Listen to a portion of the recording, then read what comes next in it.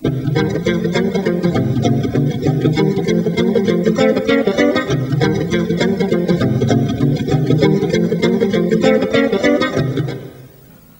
loading the video song that we've set up for you, your main screen should look like this. Frightening, eh? No, not in the slightest. We've deliberately hidden anything remotely scary so that life on screen looks, well, kind of rosy and logical. This is called the Arrange window. Within this window we can record our tracks and in addition control many of Logic's editing facilities. Now the layout of the screen goes as follows. Down the left hand side here there are 16 tracks set up for you and something called MIDI click. More on that in a moment. At the top of the screen here are the inevitable menus, below which are some more menus called sub-menus. These relate to the currently selected window. Just to the right of that we have the bar ruler. So believe it or not, that blank bit in the middle is where you and I are going to make beautiful music together. Who wrote this script? You did. Thanks, Ian.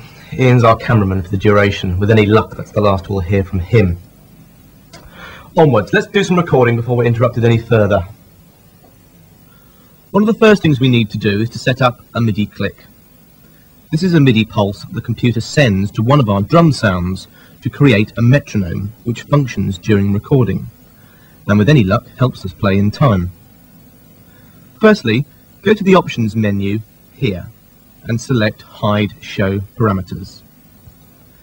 This opens some edit boxes on the left here. I deliberately hid these at the start to keep things simple for you.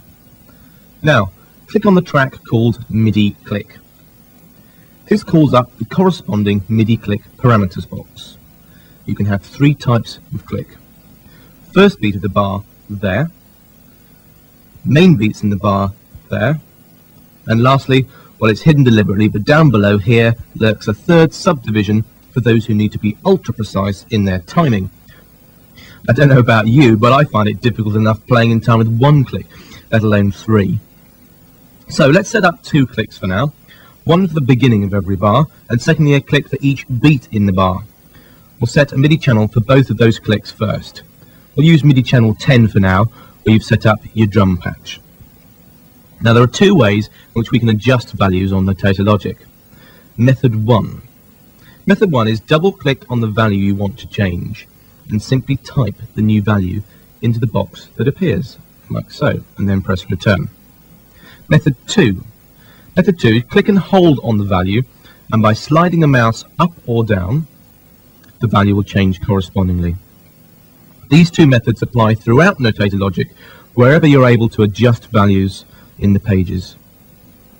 Now, select a note number. This will correspond to the drum sounds on your keyboard. Incidentally, middle C on most keyboards is note number C3. I'm going to use note number D-sharp 2, which is a clap sound, for the first click here. There we go, D-sharp 2. Got it right.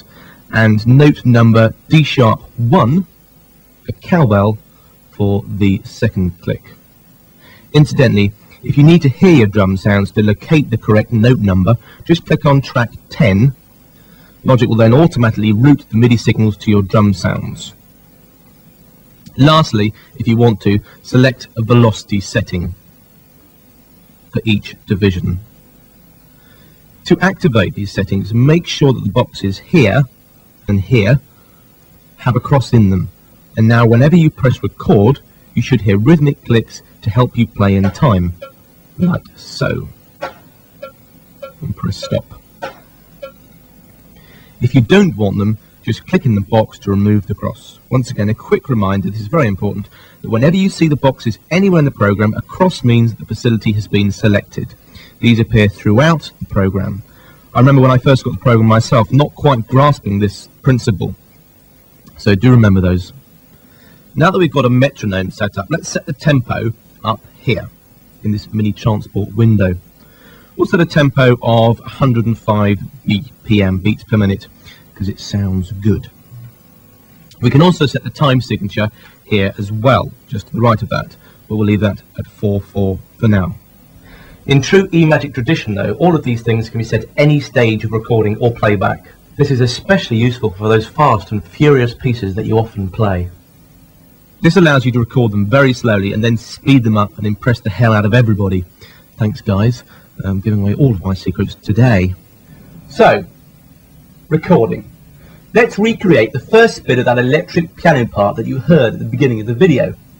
Now, select track 1 and play your keyboard.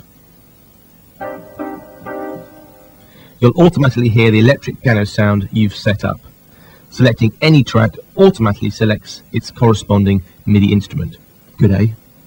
Now, a quick explanation about MIDI through. When you press a key on your keyboard, this sends a MIDI signal, not sound, into the computer, telling it which note you played, C3 for example, and how long and how hard you played it for. The computer takes that information and routes it to whatever track you've selected. As we have 16 tracks in front of us, each set to a MIDI channel from 1 to 16, we've got instant access to all of our multitimbral parts just by selecting the corresponding track. If the computer is in record mode, it quite logically records what's being played in, and then during playback sends that information out on whatever MIDI channel you have set. So, what is a track? A track is basically like an empty manuscript stage, if you like, awaiting your ideas.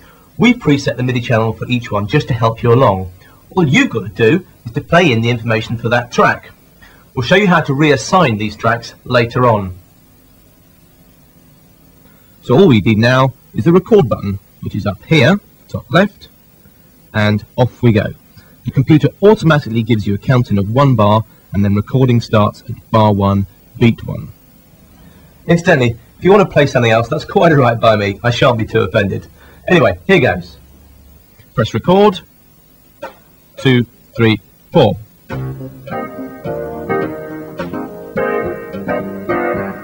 And to stop the sequencer, press the stop button up here.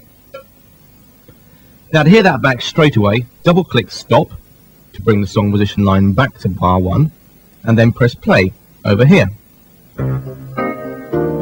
Oh, awful. Sack the pianist. Now, all this mouse stuff can get a bit tedious, so let's introduce some short key cuts for you. In the long term, these will really save you time. Try and force yourself to use them now. You might thank me one day. Record is the asterisk key on the top right of your computer keyboard. Stop is the enter key. And play or start is the big fat 0 to the left of stop. Having recorded a part of our first track, we are left with what is called a sequence object on track 1, here. If you're itching to see your masterpiece in score form, double-click on the object, and this opens the score window for this object. Wonderful.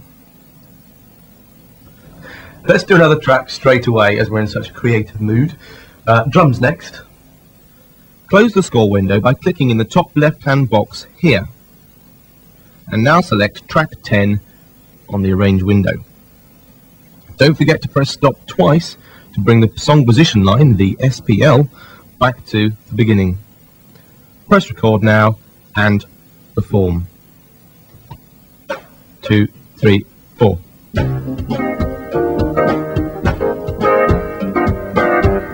Amazing. And press stop. Let's imagine now that we want to extend the electric piano part.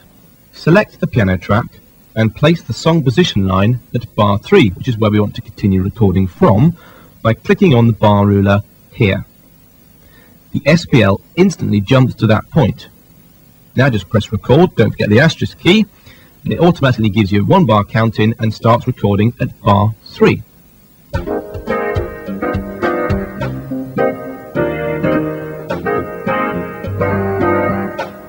And press stop. Before we go any further, let's name these objects so we know what's what. To name an object, select the text tool from the toolbox over here, and then click on the sequences like so. This opens a box. All you have to do is type a name for the sequence, in this case electric piano. You'll find that the box automatically clears itself. Electric piano, and then press return. Great. Let's name the others as well. Try and make this a habit. It really will save you time in the long term.